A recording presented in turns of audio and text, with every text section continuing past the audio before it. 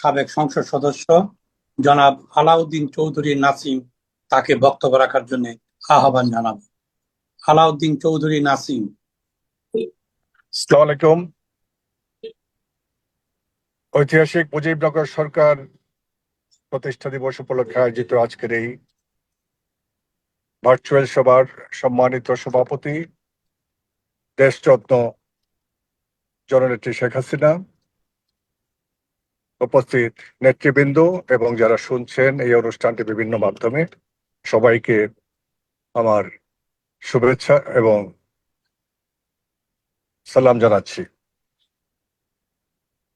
জাতির জনক বঙ্গবন্ধু শেখ মুজিবুর রহমানের নেতৃত্বে পাকিস্তান প্রতিষ্ঠার অব্যবহতির পর থেকে যে স্বাধিকার আন্দোলন চলে আসছিল, তারই চূড়ান্ত পর্যায়ে 1971 সালের 26শে মার্চ প্রথম প্রহরে জাতির জনকের নেতৃত্বে, কর্তৃত্বে এবং প্রত্যক্ষ ঘোষণার মধ্য দিয়ে যে মহান মুক্তিযুদ্ধ শুরু হয়েছিল, তার একটি লগ্নে 10ই এপ্রিল যে সরকার গঠিত হয়েছিল, তার প্রাতিষ্ঠানিক রূপ আজকের এই 17ই এপ্রিল জাতির মুজিবনগর সরকার দিবস।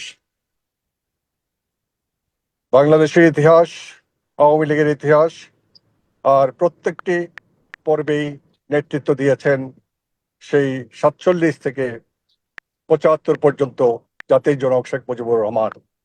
75-এর সেই মর্মান্তিক বিয়োগান্তক ঘটনার পরে যে অন্ধকার যুগ সূচিত হয়েছিল, তার পরবর্তীতে 1981 সালের 17ই মে জননেত্রী শেখ হাসিনার মহান প্রত্যাবর্তনের মধ্য দিয়ে যে আন্দোলন সংগ্রাম সূচিত হয়েছিল, তারই একটি পর্যায়ে এসে দীর্ঘ 21 বছর পরে 1996 সালে বাংলাদেশের মানুষ মুক্তি পেয়েছিল, আশার আলো দেখেছিল। 5 বছর পরে সেই অন্ধকার যুগের আবার সূচনা হয় 8 বছরের জন্য। তারপরের 16 বছরের ইতিহাস বাংলাদেশ উদ্ভাসিত হওয়ার ইতিহাস। জননেত্রী শেখ হাসিনার নেতৃত্বে বাংলাদেশ পৃথিবীর বুকে একটি উদীয়মান ব্যাঘ্র হিসাবে প্রতিষ্ঠা লাভ করেছিল। কিন্তু দুর্ভাগ্য বাংলাদেশের মানুষের, দুর্ভাগ্য বাংলাদেশের 5ই অগাস্ট 2024 সালে একটি প্রতি বিপ্লব 71 সালের, আমি বলবো, অনেকে অভ্যুত্থান বলেন, বিপ্লব বলেন, আমি বলবো 1971 সালের পরাজিত শক্তিদের এবং তাদের মুরব্বীদের দ্বারা গঠিত একটি প্রতি বিপ্লবের মাধ্যমে শেখ হাসিনার সরকারকে উৎখাত করা হয়েছিল। এটির মাধ্যমে আরেকটি অন্ধকার যুগের সূচনা হয়েছে। আজকে জাতীয় নেতৃবৃন্দ বক্তব্য দিয়েছেন ইতিহাস এবং ঐতিহ্যের কথা। সর্বশেষ দুজন নবীন বক্তা, তরুণ বক্তা, উদীয়মান নেতা, তাদের বক্তব্যের একটি বিষয়ের উপর আমি দৃষ্টি নিবদ্ধন করব। মোহাম্মদ আলী আরাফাত এবং মহিবুল হাসান চৌধুরী রাফেল বর্তমান প্রজন্মের জেনজিদের বিভ্রান্ত হওয়ার কথা বলেছেন।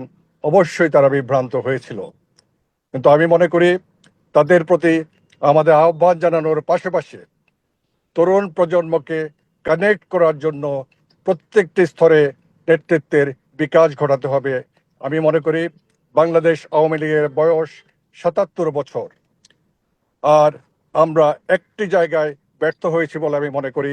জননেত্রী শেখ হাসিনা যে উন্নয়নের জোয়ারে বাংলাদেশকে ভাসিয়েছেন, তার সাথে সাথে আমরা সংগঠনের প্রতিটি স্তরে তারুণ্যের বিকাশ ঘটাতে আমরা সমর্থ হয় না। আমি মনে করি আজকের দিনে জননেত্রী শেখ হাসিনার নেতৃত্বে প্রত্যেকটি যুগের প্রতিনিধিদের সমন্বয়ে আগামী দিনের সংগ্রামে অবতীর্ণ হওয়ার জন্য একটি তারুণ্য নির্ভর নেতৃত্বের বিচ্ছুরণ ঘটাতে হবে।